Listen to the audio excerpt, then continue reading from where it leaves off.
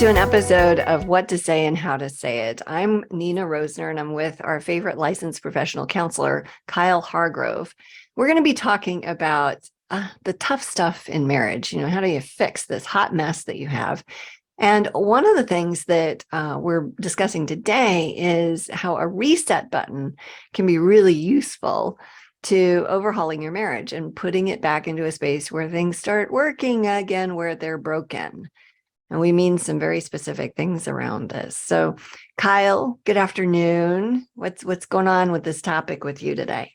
Good afternoon, Nina. It's good to be back here again. Man, I tell you what, I love me a reset button. I think reset buttons along with zip ties and bigger hammers. Folks like me have a special affection for some of these products that help our lack of mechanical inclination not matter quite as much. And I got to tell you, I come from a family where, embarrassingly enough, we go to change the oil. Say, let's change the oil on both our cars, Dad. Our dad says, why don't we change the oil? I got to do mine. Why don't we do yours at the same time? And, do it. Put everything away, 8 miles down the road, realized it wasn't oil, it was transmission fluid that we dropped out of the car, and then added oil to an already full oil pan. But, things like that just teach us that, there are people who are trained and that can be paid to do those things. And it's probably best in a lot of situations to do that, electricians and plumbers and AC guys and things like that. I don't even try. Don't get me near electricity that's bare and sitting out there waiting to be touched, because I will touch it. I will touch it. But in my experience, the three things basically that go through when something appears not to be operating correctly is, the first one is to turn it off and then try to turn it back on again. Okay. If that doesn't fix the problem, then I'll unplug it and then plug it back in again. And if that doesn't work, then I'm probably going to do the best I can to take the thing apart, piece by piece, part by part, maybe clean it up a little bit, blow some air. That's a mechanical thing. Okay. Yeah. And then put it back together, praying that I have all the pieces left over. And you'd be surprised how often that actually solved the problem, whatever the problem is. Not ever knowing what the problem was. I just took it apart and put it back together. And sometimes I come up with pieces in my hand that I didn't have in my hand when we started. And now I put it back together and I have these pieces. I don't know where they went or what they were supposed to do. And the thing still works. I remember the first time that a reset button meant a lot to me. And it's when I realized there was a reset button on the garbage disposal underneath the sink. These many years, I did not know that the garbage disposal had a reset button on it. And if it got hung up or stuck or was going, or something like that, you could go down there and hit that reset button, and it usually fixed all things with the garbage disposal. But once I realized that one had it, man, I started looking for reset buttons on all kinds of things. Yeah.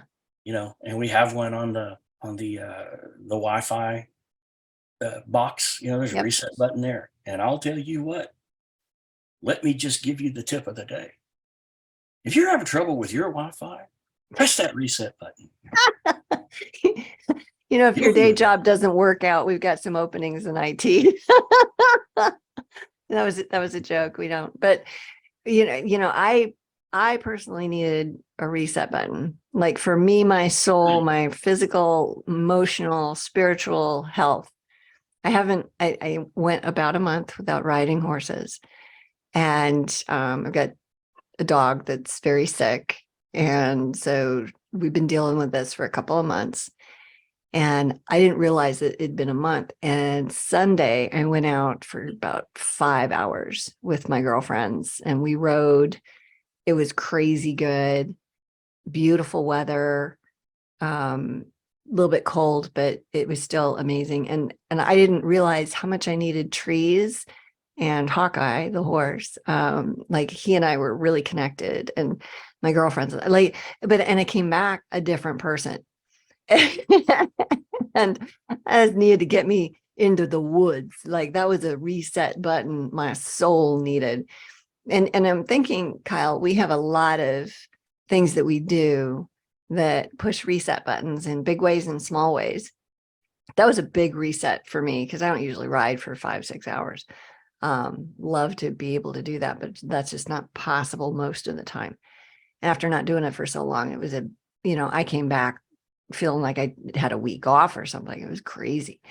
But in relationships, there's reset buttons. So let's talk a little bit about those, because those are the things that our people are going, okay, I want to start over. I blew it up again. How do I reset in a relationship? Like, what are some of the things you see? Well, the first thing I see is that in a relationship, you can't do it alone. If there's a reset in a relationship, it requires the knowledge, the understanding, and the cooperation of both of the people involved, or all of the people involved, if it's some type of a relationship that involves more than two. The willingness to do it and the willingness to allow someone to do it are two different things. And I've not ever been a big fan of the New Year's resolution. Okay. It's just, to me, it's the opportunity to fail at something else. Spend a bunch of money on a gym membership. Let's all do it right now. Yeah. And, new furniture in the house to hang clothes on. So not that we didn't have enough of those already around. We used to add exercise equipment that'll allow us to do more of it. But the truth of a relational reset is, I like the idea of a reset more than a resolution, because you can have it any time. It doesn't need to happen because it's the new year. Okay. Now I understand everything behind a resolution, but I also understand that if we could do it and do it successfully, we'd probably already be doing it. So I like the idea of a reset better, because we realize that, we're following that definition of insanity, and what we've been doing, we continue to do, and we realize it isn't working. It isn't making things better.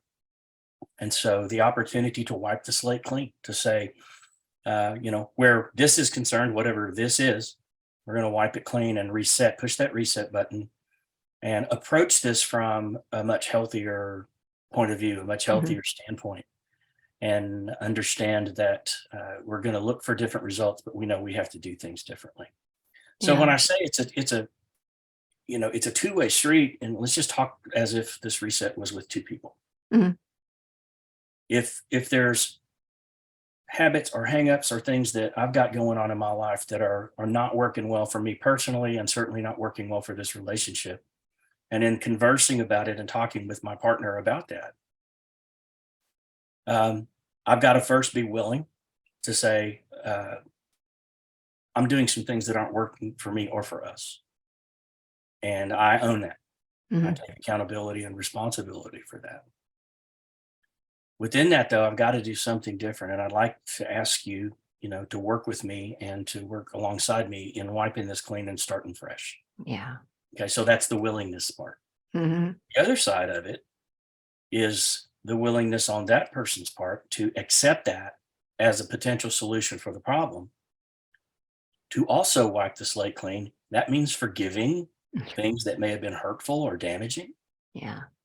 And that also means some other things that, we don't see a lot of sometimes in some relationships, in terms of the understanding and the compassion and the things that go along with forgiving someone while maintaining that relationship. Sometimes we forgive people that we're no longer associated with because whatever happened was so bad that we broke up.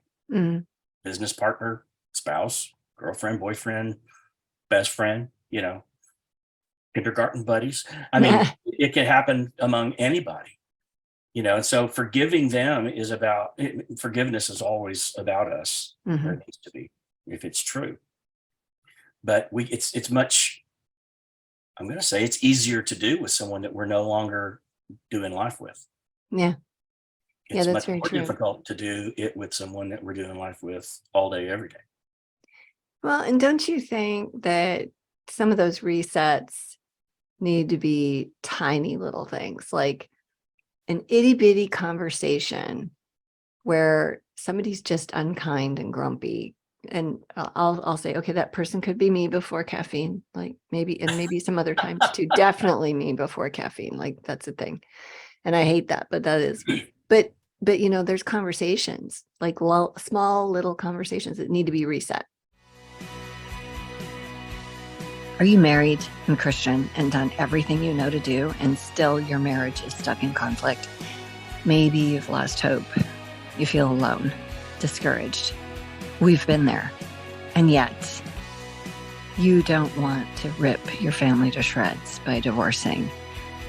And yet, you can't keep dealing with the conflict. We will teach you how to turn conflict into connection. But here's a piece that you need to know. Even if you get that right, if you don't have these positive inputs, the research shows it won't matter. You'll still be miserable. We will show you how to bring joy and connection to your marriage. Go to greaterimpact.org. Sign up. 2.0 your marriage today. Stop the pain. Create the relationship you want today. The things that I love about the people in our marriage intensive is that they're learning to say things like, hey, okay, I didn't deserve that. That really hurt. And the other person, because to your point, they're willing, will go, oh, you know what? You're right. That was a below the belt punch. I shouldn't have said that. Can I have a do-over? Yeah. Okay. And everybody take two. All right. And sometimes people need to take a break before they have that much self-control, to be able to interact like that. But there's so much freedom in realizing nobody's perfect at this. Everybody makes mistakes. Let's fix it in the middle, like ride the horse you're on. That's it, right? You've got this horse. This is where it's going. Okay, wait, let's see if we can adjust here. My saddle's coming off. Like, let's stop a minute. Let's try again. Still in the saddle, but I'm hanging under the horse. Yeah, that's, because if you don't do something, you're going to go that way, right? Like so yeah, pushing a reset button in a conversation, really, really important. I think if more people did that in the small moments, said, hey, I don't like how I just said that. That was like accusatory and rude. I want to try that again. Can I try that? And they're like, oh, no, it's fine. I'm like, yeah, I'm glad I didn't hurt you, but I need to say this differently for my own self because I don't like how I just showed up. Okay, fine. And then we do it again in a way that's kind and loving and, fruit of the spirit style. Awesome. And then that becomes something in our brain that we would repeat.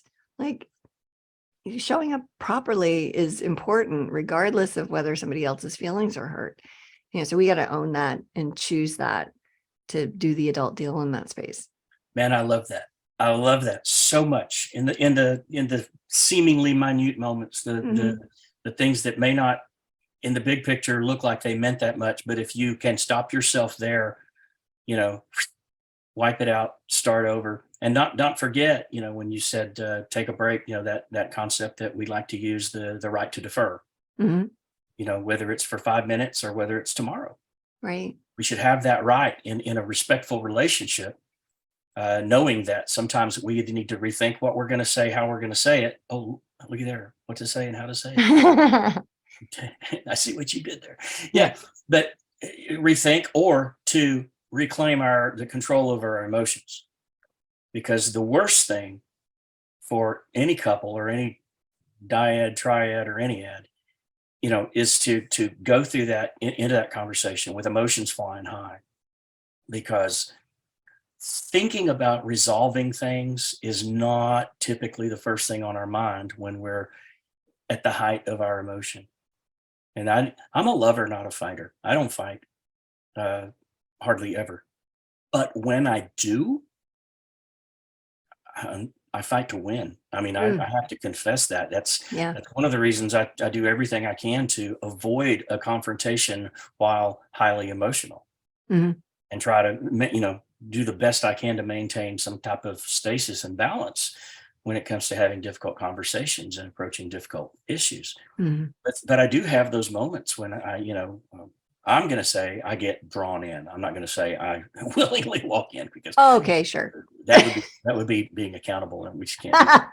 Yeah, you do you. But if I find myself in that thing, man, it's ugly. I mean, it's fight to win. It's, it's accused to hurt. It's not with the idea of resolution in mind at all. Mhm. And Well, that's so most I people, know right? how what I preach needs to be practiced in my own life. Well, and I think most of the time we do okay at that until we're triggered, Yeah. right? And so then the goal becomes, how do I work through, or yes, how do I work through the stuff that causes that? Because the more sensitive and immature I am, the more volatile I'll be in a conversation, which is just not useful to anything good. Yeah. And then I become useful to the enemy, which that's not what I want. We're on mission here for God. Yeah. And it speaks to the benefit and the importance of emotional self-awareness. Be aware, be cognizant of where you are emotionally at this moment and in this space. Because if you're not, then that's when the triggers become more dangerous. Mm-hmm. If you're aware of how you feel and what's going on, it may be a great idea to choose not to have the conversation right now. Yeah. To begin with. It's so interesting you bring that up. I had a conversation with a couple people last week about how, and these guys, they love each other, but they also were behaving badly, like both of them. And doing stuff that, you could go, okay, that's about a 12-year-old boy and that's about a 9-year-old girl. We have these 8, me too, right? I'm not any better. Have some spaces. There's fewer now. But thank God for that. But there's those places in us that are wounded where we act like kids, and then we miss the opportunity to connect, because conflict can turn into connection, but we don't even know that. And the thing that's really interesting is, I said, both of you guys have worked full time, right? Oh, yeah. Okay. So what were the rules at your employer, as far as behavior? Like, could you show up half naked to work? And like, no. And okay. So could you wander around, with a megaphone swearing at people or talking about how bad the CEO was? Well, no, you just didn't do that. I said, okay. So you guys know what it's like to work for somebody and then accept and receive the rules around that culture and then behave in alignment with them. They're like, yeah. And I said, so you are followers of Christ. Me too.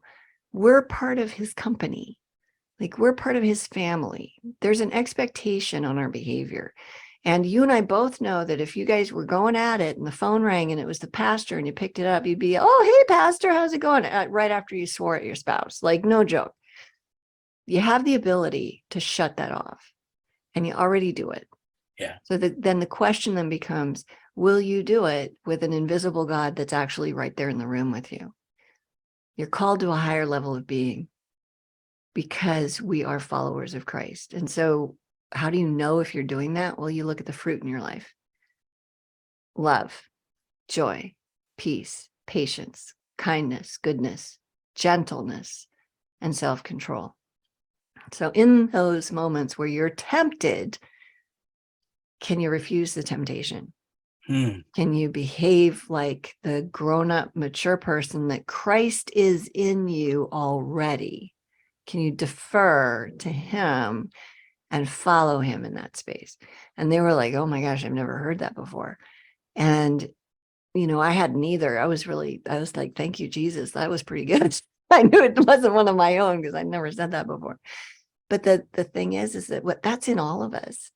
And I'm that way too. Like, the phone could ring and it could be pastor and I'd suddenly be fine and cheerful when I was just, telling my 12-year-old, whatever, that's, that needs to not be out of both mouth, or out of our, both sides of our mouth, blessings and curses, same mouth, right?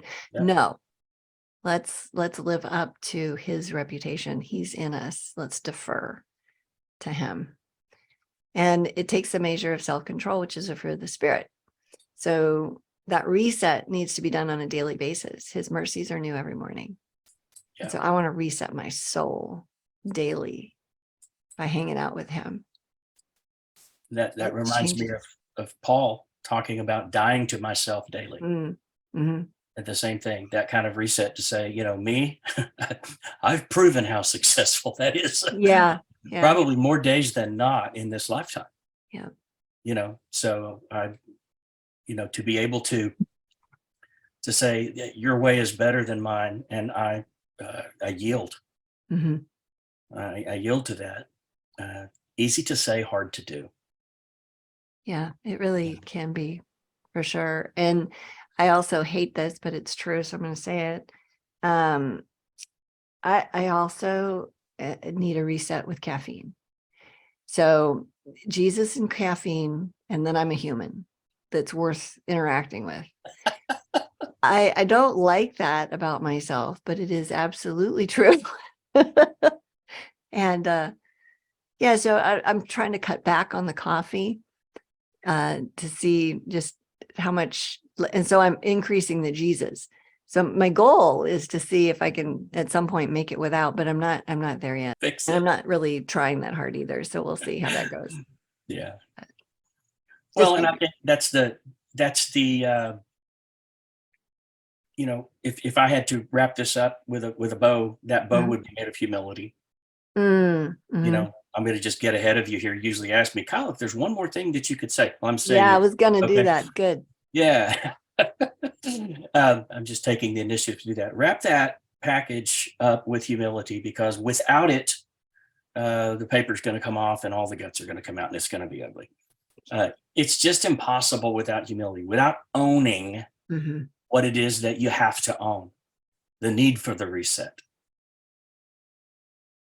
So that if there's a need for it, then there's something for you to own, and you can't do that without genuine humility. I mean, you may say it, but your actions are going to prove that you don't mean it.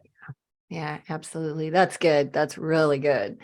And that should be the thing we leave people with is, go be humble, ask Jesus how to, and then do what he says. Like, no joke, it's worth it. So if you've enjoyed today, and we're just so glad that you came by, try putting a reset button into your relationship in the small conversations where you do find yourself needing one. Like, start over, have a do-over, ask for it. Like, what's the worst thing that can happen? They might still be mad, but you know what? Take another crack at it. Push a reset button, do it again. Love it. And you might want to pop over to our website, greaterimpact.org. We have a free PDF, how to stop walking on eggshells, 5 tools. And that would help you in your relationships. You can go grab that right now. Thanks for coming by. Be sure to listen to the other episodes on dealing with conflict and how to fix your messy marriage. Thanks for being here.